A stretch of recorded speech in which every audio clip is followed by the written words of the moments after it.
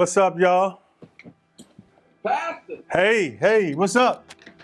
Hey. Y'all good? I'm drip. Huh? What's up? All for you, bro. Thank y'all for being here today. It's great to have y'all. Everybody good? Thank you. Yeah. See, Josh got a haircut. Black power. I see you, man. Good to see everybody. Thank y'all for being here with me and joining me on this journey. I'm really excited about this new series that we're starting on finances. It's called Cash Apps, the Black Wall Street Mindset, and I'm really excited about everything I'm going to share in this series. And you know, some people might be wondering, like, why now? Why are you going to talk about financial literacy and financial responsibility and economics during a time like this when we're in a world, we're in the midst of a world pandemic and all the stress around it. We ain't even in the middle of the pandemic. If you really look at the timeline, we're in the first quarter of a pandemic, trying to adjust to it, trying to survive it, trying to figure it all out. Why would you talk about economics down? And then on top of that, we're probably in, at least in my lifetime, one of the most racially tense and racially divided times in recent history. And we got all of that. So you got people struggling struggling mentally and physically and psychologically and financially and relationally and mentally and all the other leads you can think of. People are just going through right now. So why would you want to bring up finances to us right now? You want to talk about a financial series right now, and my answer to that is yes. And the reason for it is because what history teaches us is that times of crisis are opportunities for economic creativity. And sometimes it is pressure that forces us to think outside of the box and to think creatively, even as it relates to economics.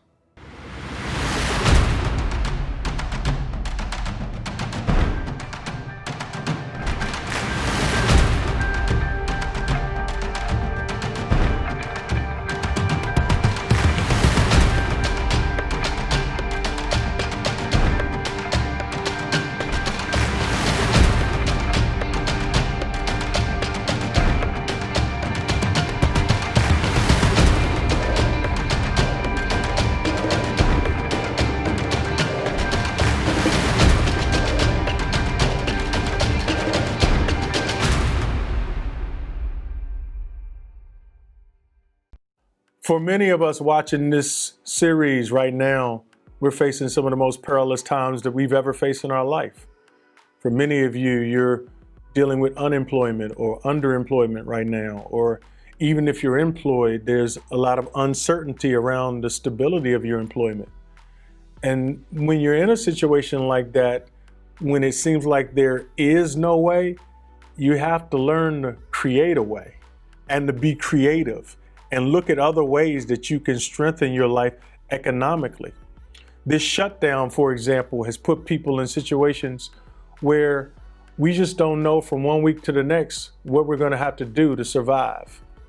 And beyond that, you guys, like when you think about the grace period running out on people for rent and mortgage and the grace that landlords are going to have and mortgage lenders are going to have, like, those bills are coming due. They're coming due soon. And the question becomes is, what is the pressure going to force us to do? Like, pressure can be a privilege if it forces us to think in creative ways. And so what we learn from the story of Greenwood, South Carolina. Have y'all ever heard of Black Wall Street? Y'all heard of Black Wall Street? Yeah. So Black Wall Street is a place that was created in the early 1900s. And it's a phenomenal story of the Greenwood section of Tulsa, Oklahoma. And there, imagine the place is such an economically powerful story that it almost seems make-believe to us when you think of a place that had nearly 50 blocks of Black-owned businesses, 50 blocks of Black people owning property, Black people owning land, Black people owning their own houses, and Blacks had houses there with their own inside plumbing in them. schools and everything. It's almost incredible. What is incredible about it is when they did it. It's not just what they built, it's when they did it. They built it at a time of racial injustice and in the middle of Jim Crow segregation laws. And why that's so important is because during what was called the oil boom, when blacks came to this area, when blacks came into the Tulsa area, a lot of people moved into the Tulsa area to try to get a piece of that financial pie, and I'll talk about that a little later. When blacks first came to the area, we couldn't go into white establishments to enjoy the benefits. Like, we couldn't vacation in a white hotel. We could work in a white hotel, we could make up the beds, and we could dump the trash and clean up, but we couldn't vacation there. We couldn't go into a theater to enjoy a performance or enjoy entertainment as black people. We could work there, we could clean up, we could do menial tasks, but we couldn't enjoy the entertainment. We couldn't go get our prescriptions from a white pharmacy. We couldn't be educated in a white school. We couldn't take our clothes to a white dry cleaners. So all of that segregation forced us into a situation where we became creative. And black people created their own. So what did they do? They created their own banks. They couldn't get a loan from a white bank. They created their own banks. They built their own schools. They built their own hotel. They had 2 theaters on Black Wall Street. They had dry cleaners. They had clothing stores. They had restaurants, all of that. And they were all thriving. And what's more important than the fact that they were thriving is the fact that not what they built, but when they built it against opposition and racism. And I'm saying, if they could do that in the early 1900s, not far removed generationally from slavery, how much more can we do with the creativity and the economic opportunities that are available to us? And I want to say to everybody listening to me right now that in the midst of these perilous and difficult times, what creative opportunity is God challenging you to create to provide economic strength and stability in your own life and family? What is it that you're supposed to develop? What is it that's supposed to create? Because let's check this out. Those stimulus packages are running out. That government financial assistance is running out. It's coming to an end. And I'm saying crisis brings about creativity. And that's what we have to be focused on right now. That's our goal. And I'm saying in these times, we have to think outside of the box. And it all starts with a mindset. That's what it boils down to. How could these people have the audacity to build under such tense situations? It came down to mindset. It came down to the way they thought. They overcame their challenges by not just looking at what they were up against, but what opportunities were presented to them. And I'm praying for all of us in this series that God would give us a mindset that wouldn't just see obstacles, but would also see opportunities and wealth. Proverbs 21:20. Listen to these words. The wise have wealth and luxury, but fools spend whatever they get. What a contrast. Wise people have, fools spend. Wisdom, foolishness. Wisdom, foolishness. Wisdom, foolishness. Wisdom saves, foolishness spends. Wisdom grows money, foolishness blows money. Wealth is a mentality. Wealth is a mindset. The Latin word for capital, capital C-A-P-I-T-A-L, where we capital, which means funding, that word for capital, it literally means head. It means of the head. That's where we get the word, when people put something on top of their head to cover their head, it's called a cap. Cap. It means of the head. Of the head. Somebody say, Lord, get my head right. All of your money issues are in your head. As a man thinketh. Poverty and wealth are mentalities. Your mind and your money are married. That's why, and the head, watch this, and the head of the relationship between your mind and your money is your mind. I can't be broke up here and have something down here. If I'm broke in my head, I can't be rich in my pockets. Because it starts in my head. It starts in my head. How do I think? What is my understanding of money? It says in a wealth, when a wise person gathers wealth and luxury, but a poor person blows it. Obviously, there requires a level of restraint to develop wealth. Now, understand there's a difference between income and wealth. Income is money you earn. It is money you collect and money you gather. And when it talks about wealth in the Bible, it never really talks about the income level. Because wealth is not about what you earn, it's about what you keep. You can make a lot of money and not be wealthy. You can make far less and be very wealthy. And you're going to need wealth to sustain you. Income doesn't sustain you until it's put somewhere where it's not blown. Income must be protected. It's not just provision, it's also protection. It is provision for now, and income is protection for the future. That's why you need a budget so that you don't blow all of your income. Because there will come a time when you cannot work anymore, and there will also come a time when you don't want to work anymore. And I want to be in a place where I don't have to work anymore. Sooner than later. Well, let me go back to this whole thing about the mind. In Proverbs 14:24, the A clause says, the crown of the wise is their wealth. Wealth is a crown of the wise. See, people who are not trying to be wealthy, listen, you cannot be wise with money and not become wealthy. It is an outgrowth of your wisdom. Financial wisdom will grow into wealth. It's impossible. Now, you can be ignorant and never become wealthy. But you cannot be wise and not become wealthy. It's like, I don't even know how to explain it. It just has to go that way. It is the crown of the wise. It's something, and watch where the crown goes. The crown is on the head. So what y'all think? That was good, man. I appreciate how you said, man, just it's the mentality. Because we could get tips all day, but if we don't have the mindset. So what I took from it was like, invest in your mind, and then your money, the investment with your money is going to follow. That's good, man. Good.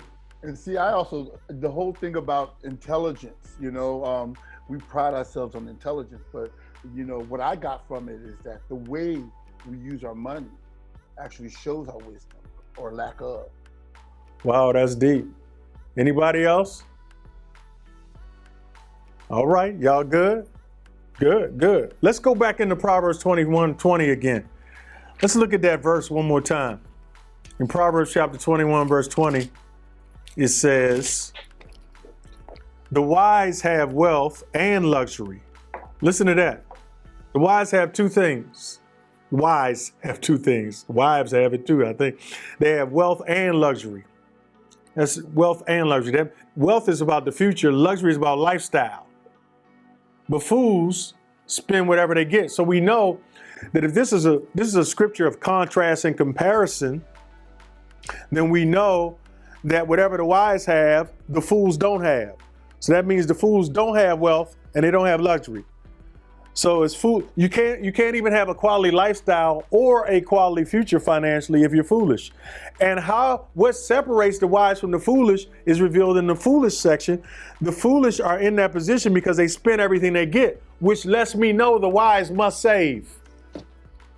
The wise must save money. That's why they got wealth, and that's why they have luxury. But here's something else I want you to understand. This is so important, y'all. When you don't save money, you keep yourself out of the opportunity zones. There's something in the world of real estate and business called opportunity zones. And it's based on where you can get funding to do business in areas where there's an economic need. And I believe there are opportunity zones all over the world. And it's connected to whether or not you have the economics and the finances to move on opportunities. A lot of people are never even made aware of opportunities because they haven't prepared themselves by saving money. And I just want to talk to everybody listening to us right now, all of our audience. I'm praying that God gives us the kind of mind and will and discipline to stack your money. Let me ask you a very probing question right now. Let me ask you a question. The question is, if you could not go to work tomorrow, if it was over, if your last day was Friday, and I know you left there with an attitude, but let's just say for real, it's over. No more paychecks from that source of income that you have. And tomorrow you don't go to work and it's over. For whatever reason, your health, it could be the company can't pay you anymore. Something happened, you can't get another paycheck from them ever again. I'm talking about a real shutdown. Let me ask you a question. How long could you make it without another paycheck? Without going into your 401k or your Roth IRA or your IRA or some retirement money. I'm talking about you got some money somewhere sitting right now. Now you got to keep in mind how much money you earn every week or every month and throw that up against how much you have sitting somewhere that's liquid that you can get to. Now I want you, and don't answer out loud, how long could you make it?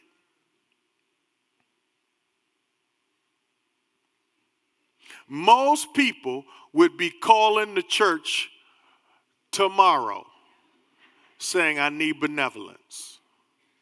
That's a fact. A lot of other people might make it 2 weeks. I'm saying there should be, ideally, you should have a whole year's worth of salary somewhere liquid, sitting somewhere. How do you get there?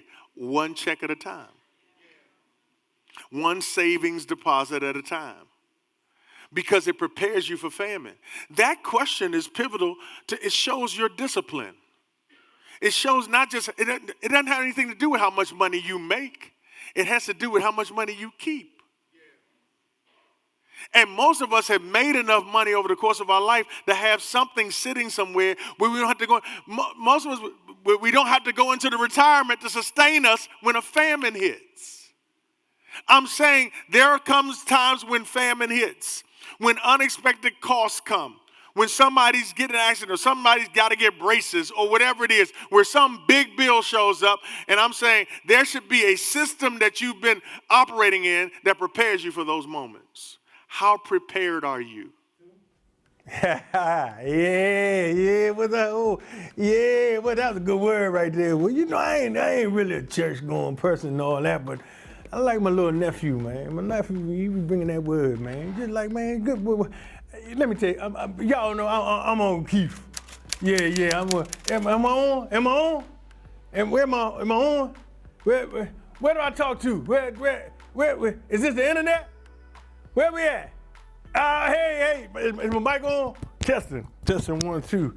Yeah, you know, I used to work the mic down at the chateau. At the chateau. You know what I'm saying? Chateau. Told in the Hey, you know, man, my nephew told me I can come help out with the little church thing service. He try and get me into the Lord.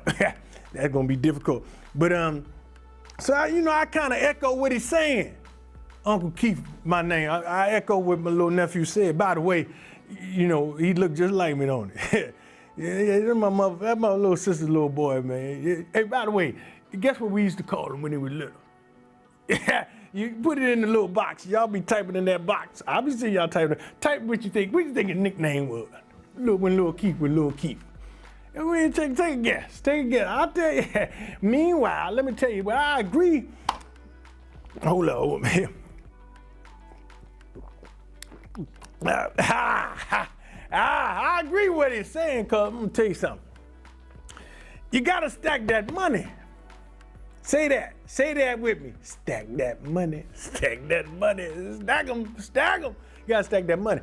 See, you gotta stack that money like pancakes at IHOP. Stack that money like a 2x4 in a lumberyard. You gotta stack that money like hay in a barn. You understand? You understand what I'm saying? You gotta stack that money like chips in a casino. You gotta stack that money like chairs at the convention center. You gotta stack that money like the backup of the building permit office, paperwork backup building permit office in Prince George's County. Yeah, I said it. Took us 3 years. Nephew, 3 years, get the permit on the building. Backed up, stacked up, paperwork stacked up. Stack that money like bills trying to pass through Congress. Stack that money like plates in the kitchen. Stack it. Ha ha, this is your boy, Unc. I'll holler at y'all. Stack it. If you can get these disciplines, I was talking to a man who I consider a mentor, lives in Scottsdale. He's a home in Scottsdale, Arizona. He has another home in Canada that he goes to in the summer, and he writes. And so, I actually pay him to coach me, and I asked him a question, and we had never had this financial talk. I said, tell me about wealth. How do you build wealth? And I thought he was going to say something real deep and something profound that I hadn't heard of before. And he says, this is what you got to do.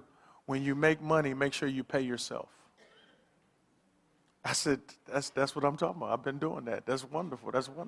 That's it. That's all he could say. He says, wealthy people pay themselves. Well, how do you pay yourself? You don't pay yourself by paying bills. You pay yourself when you put that 10% into an account that will accrue interest for you, when you put it into your future. You don't pay yourself by going to the mall.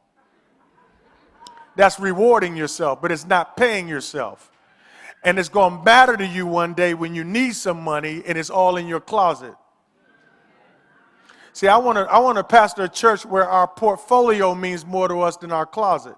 Let me talk about one more way to save, and I'm done. One more thing you have to keep in mind when it comes to saving is frugality. Being cheap. Being tight. You know what? A lot of people who are tight, who are frugal, who are cheap, get criticized. And it's usually somebody in their family say, oh, she all cheap, or he's so cheap, and he's so cheap. But let me tell you something.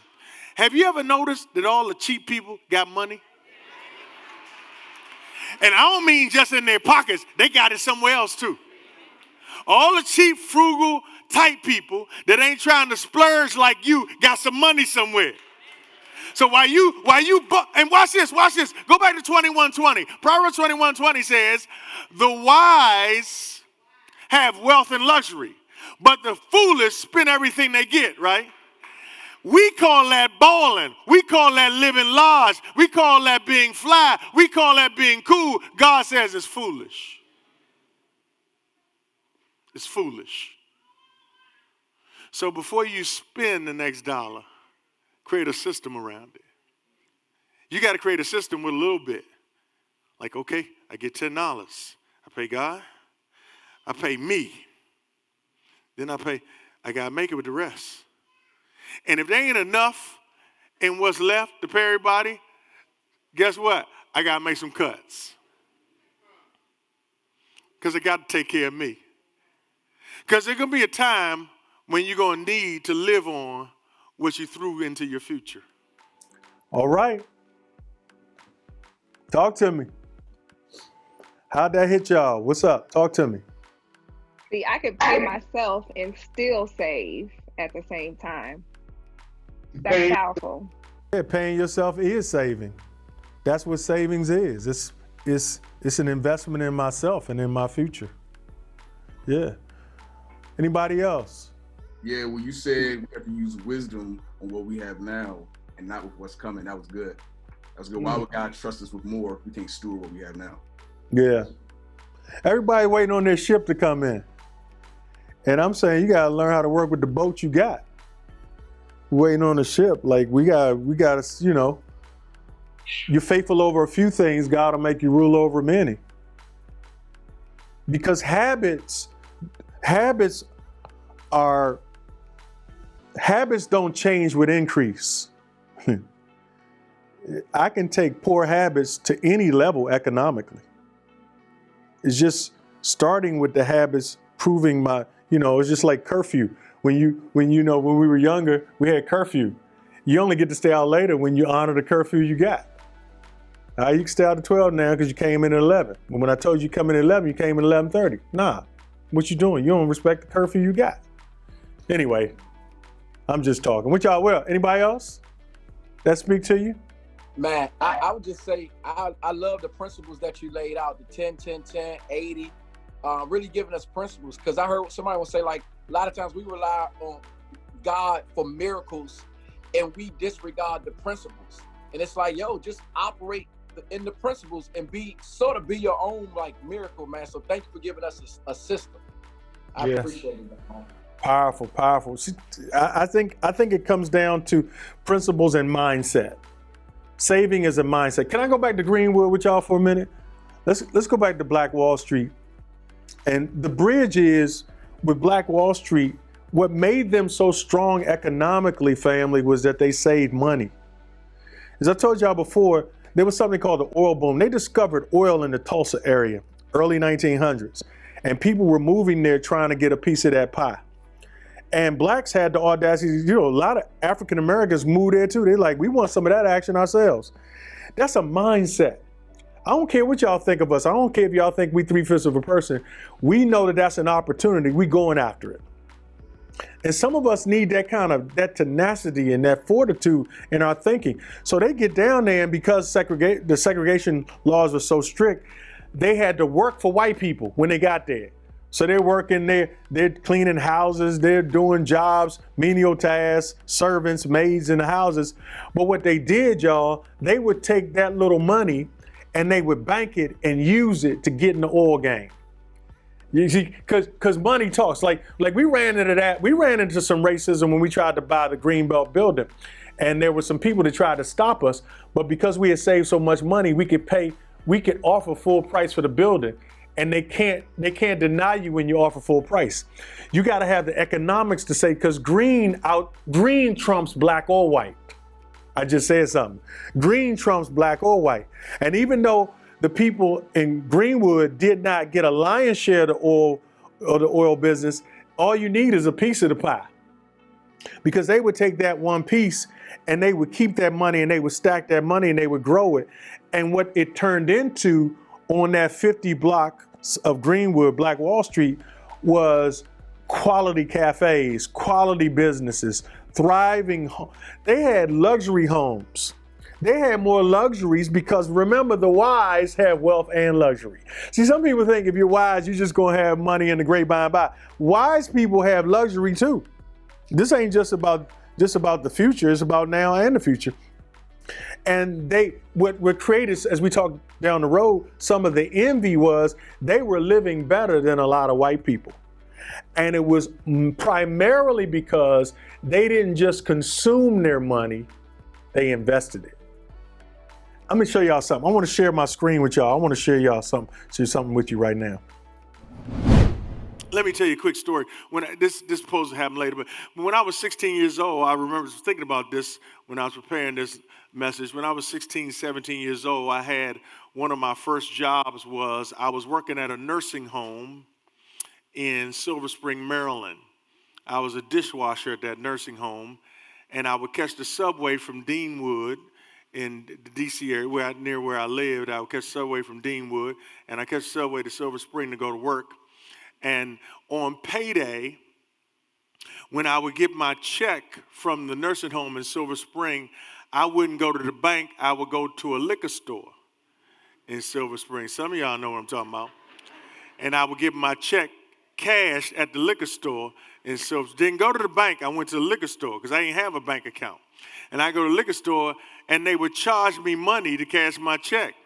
But I didn't care because I just wanted the cash.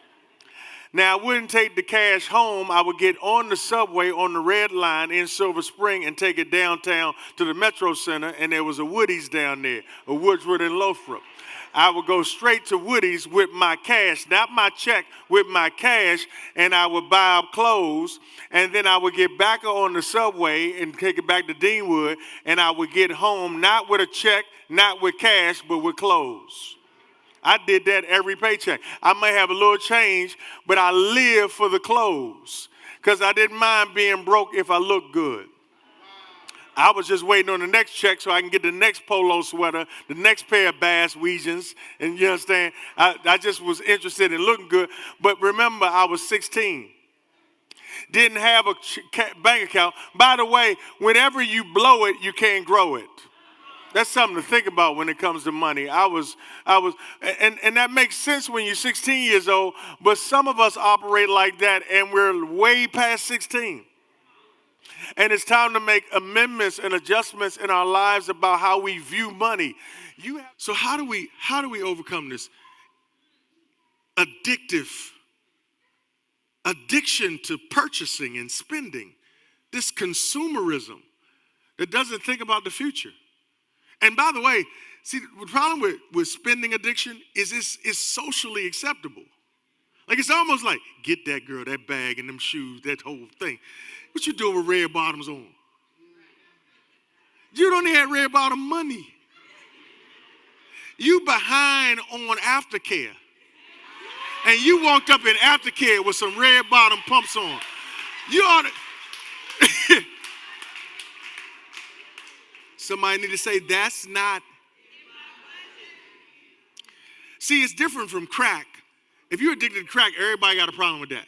You're addicted to alcohol or drugs, everybody's, looking down on, everybody says you shouldn't do that. If you're addicted to gambling, that's going to mess you up. But when you're addicted to spending, it's like almost socially acceptable, but it's the same impulsivity that drives crack addiction.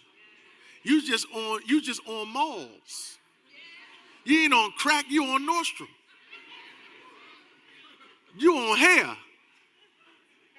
So some people ain't on drugs, they on money. Like, they just on spending like that. It's the same impulsivity that has we don't have it's not an insufficient fund issue. It's a lack of self-control issue. Woo-hoo! Woo! Woo-hoo! That's fire right there. Yeah, he didn't stop preaching though. He meddling now. Talking about self-control. I ain't got no self-control.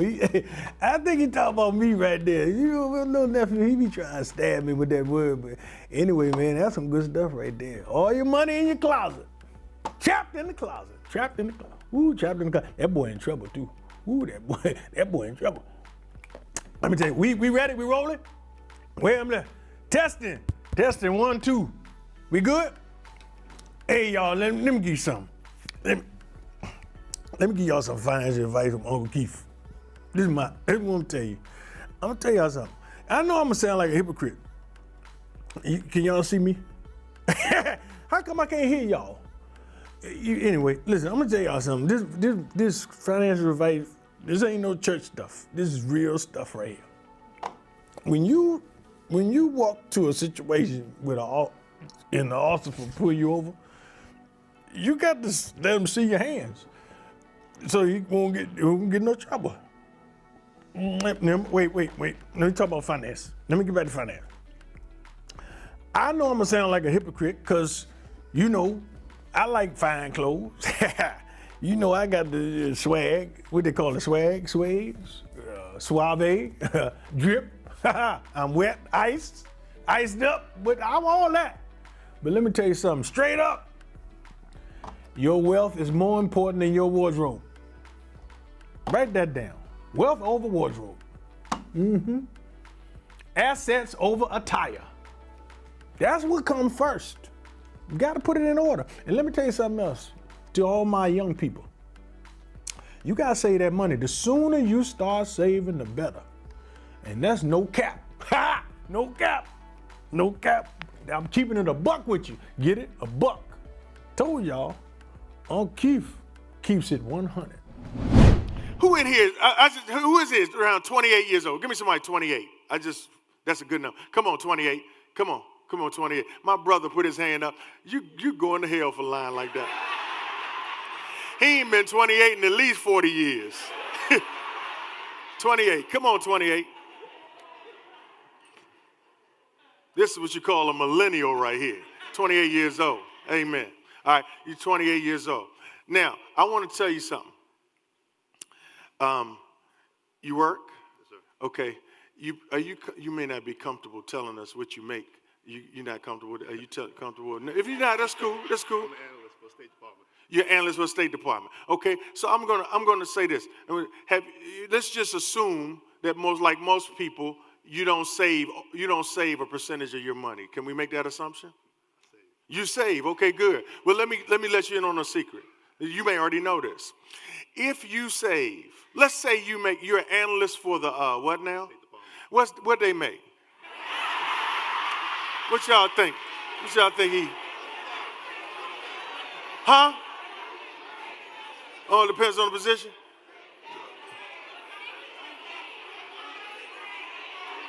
Huh? 80? Let's go with 80,000. He said go up a little more. Let me see your hand. And he's single. Hey. Watch what happens to him after service. $80,000. He said go up.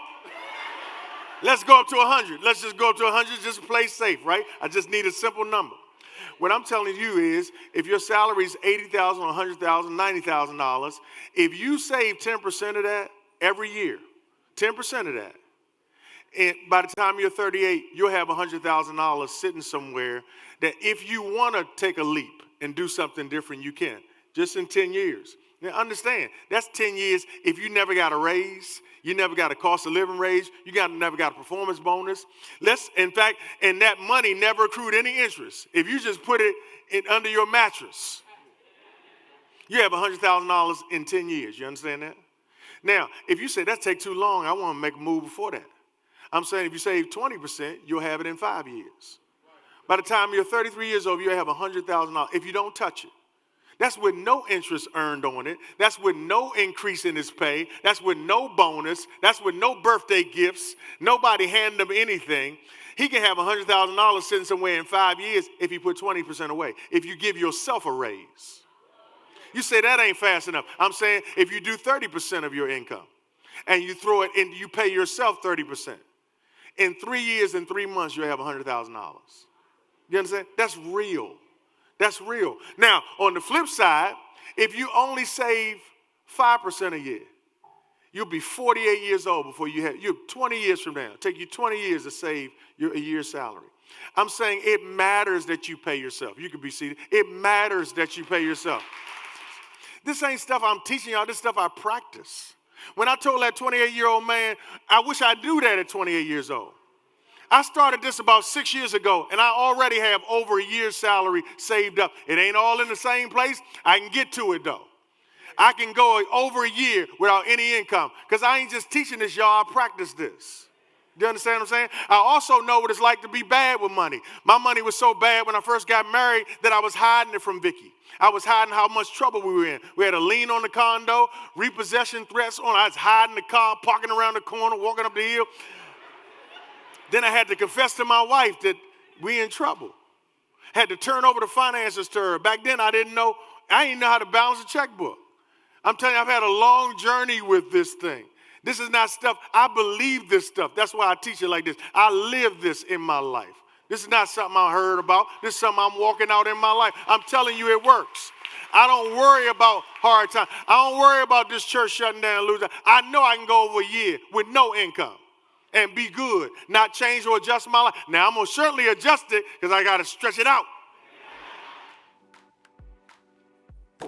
What's up, y'all? How did hit your spirit? Yeah, so I think it was very insightful to see the principles you shared about savings and how it impacts our future. Because I think a lot of young people don't think about how their financial habits now impact their future 10, 15, 20, 30 years from now. Yeah. If I could say something also, even that 10, 20 years from now, but you also set in place what we can do in a year. If I invest in myself, like, you know, the whole thing of, because I'm kind of a right now type of guy. Yeah. But even in the right now, investing the percentage in myself, like that's kind of almost a mini game changer for me. Yeah, I think accelerating is going to be important. The older we get, Charles, you know, when we have to accelerate. I can tell you this stuff works, man. When my children were kids, I put these buckets under their bed. I said, if I give you money, you have 3 buckets, 10, 10, 10, 70. I want you can enjoy, if I give you $10, you can enjoy the $7. I want you to put $1, give $1 to God, $1 for a rainy day, and $1 I want you to put into your future. And they all have 4 little buckets under their bed. And I'm telling you, I never even knew it. My daughter practiced it. And one day, maybe she'll come on and give her story. She's a testimony to somebody who doesn't make a killer salary, but has an incredible saving discipline in her life, and it's making a difference. It makes a difference. Let me tell you something before we leave, before we wrap up, and I'm so glad y'all took this time out to be with us here today for this series. I want to share one more thing with you. I want to share my screen, and I want to share a picture of something that I think might help illustrate how we just unconsciously handle money. I think seeing this illustration and demonstration will help bring some things to light, all right? So check this out. Let me share my screen with y'all. Let me illustrate it like this. I think the illustration will help bring it to life. I'm gonna need about 20 people, 15, 20 people for this illustration. So help me out, particularly if you're on this side so you don't have far to walk. The first person I just need a person who works a full-time job and you have a lot of bills. Well, that's just about all of us. So anybody that's willing to be that person, come up here on the stage. I want to use you for a demonstration. Okay? Come on up here. Perfect. Now, I need about 15 or 20 people to just start lining up over here, stage right. That's all. Just 15, 20 people. You come over here. Come over here. Thank you very much. 15, 20 people. Just quickly just line up over there. I'll tell you what you're going to do in a minute. Now, let me get a microphone so I can talk to you for a minute. Okay, Mike, I'm going here.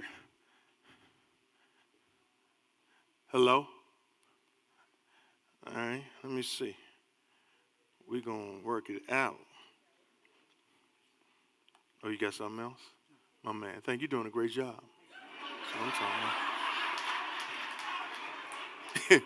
I don't know if I want you to hold the mic. Go ahead, you hold the mic. Okay, what's your name? G. G? Just gonna go by G. When you're in front of everybody like that, it's just gonna go by G. Y'all got her on camera? Now, G. Yes. You work, right? Yes. Got bills? Yes. Okay, let's talk about the bills. Do you have an automobile? Yes. Okay, what kind of car is it? Kia Soul. A Kia Soul. Is there a note on it? No. Okay, well you're doing pretty good. Do you have any maintenance on it? You got. Yes. Okay, yes. so you're the Kia people. You're the Kia people, because every now and then you gotta go take it and get it fixed, right? Okay, so do you have to put any gas in the Kia? Absolutely. Okay, you Exxon. Come on, Exxon. You stand right here. This is all car related. All right. Thank you very much. Do you have Sirius XM in the car? No. Okay, we're gonna go pass on that. Do you live anywhere? Yes. Do you live in the Kia? You forgot my insurance. Okay, insurance. Okay. You got auto insurance? Come on. Auto insurance on the Kia. Do you have life insurance? Yes. Okay, come on, life insurance. Do you have disability insurance? Yes. Okay, come on, you get disability insurance. That's like, do you have health insurance? Absolutely. Okay, come on, health insurance. Yeah. Oh yeah, y'all just insurance, all insurance. Yeah, come on. Do you live in the Kia? No. You live in a house or apartment? Do you rent or pay mortgage? Pay mortgage. You pay mortgage? Okay, you the mortgage person. All right, in the house, you got any utilities? Are your lights on? The lights are on. Okay, come on, Pepco, BGE. You got gas maybe? Oil heat. Oil heat, whatever that is. You got water in the house? Yes. Okay, water people, come on, you come on up here. Yeah. Do you have internet access in the house or cable? Cable. Cable. Phone, Come on, cable. internet. I need some more people. I need some more people. You got cable in your house. Okay. Do you have internet connection? Or is it connected to the cable? Is it a bundle? One. It's a bundle. A bundle. Okay, so we only need one person for the bundle. Do you have a cell phone? I have a cell phone. You have a cell phone. It's okay. AT&T or Verizon or Sprint? Verizon. Verizon. Come on, Miss Verizon. You come on up here. Mm-hmm. Do you have any children? I do. Do you do? I do. Do they have educational aftercare or school tuition? What do they got going on, the kids? No, but I have a senior, a high school senior. High school senior, so you're going to have some college, come on, tuition. And they got a phone. Anything we probably left out, do you have any subscriptions to anything, magazines, podcasts, anything coming to the house that you read? No, however, my Children do not have cell phones. Thank you. Okay, you trying to say where you saving. Okay, good. She being cute. Oh, do you have groceries? You eat groceries, you eat out all the time. Oh, no. Your grocery store? Come on, grocery yes. store. What I want you to see is, which I want you to know, G, is that every time you get a check, face her. All of them, they coming for it. Larry, Get that money. Mo, Get that money. Y'all. They coming for it. They coming for it. They coming for it. And guess what? Miss one of them and watch what happens. You understand what I'm saying? And what I'm saying is, you will never be wealthy until you put you up front. You deserve to get paid first. In fact, you go to church, you go to this church? Yes. Okay, come on, God. We're God. We're going to make somebody God.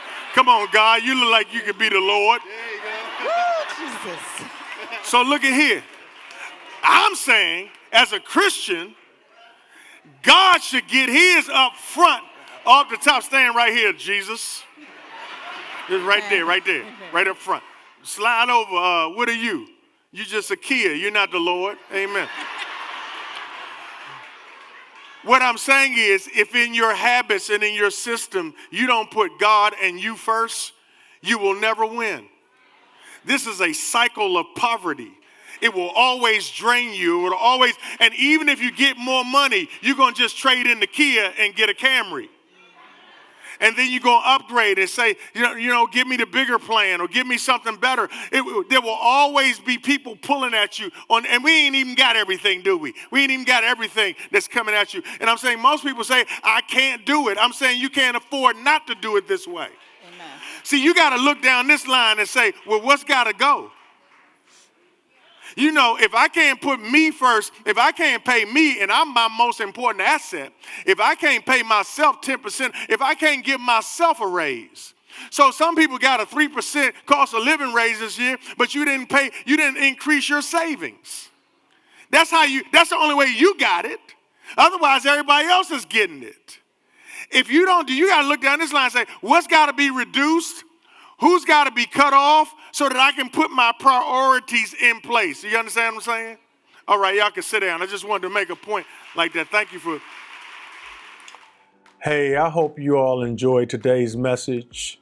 It really means a lot to hear from you. If you would just share with us using our chat, just to tell me, what are your thoughts? How did the message impact you? What are your thoughts and feedback on the message? We take that information very seriously. We pay attention to it. I do read your comments. Our staff takes your feedback very seriously. And I hope you stick around for our announcements and an opportunity to partner with us as a ministry. And also, if you'd like to get access to our Black Wall Street Mindset t-shirts, you can order those through our merchandise link. Somebody's going to share that link with you. If you'd like to get our verified merchandise or any Zion Church merchandise, you can go to our link or just go to our website and look up merchandise. There you'll find that information. And also, I'd love for you to share this message and share our services with people you know who may appreciate a unique way of experiencing church. We really appreciate it. And I look forward to seeing you next week in part 2 of Cash Apps, the Black Wall Street Mindset. Now, hold up, nephew. Hold. Time out. I gotta tell y'all something. Thought I forgot, didn't you? I gotta tell y'all Lil Keith's nickname. I bet some of y'all forgot, didn't you? Yeah, I don't be forgetting this. I remember stuff. Mm-hmm. You know what it is? It's Teddy. Nickname is Teddy. And that's no cap. We'll see y'all next week.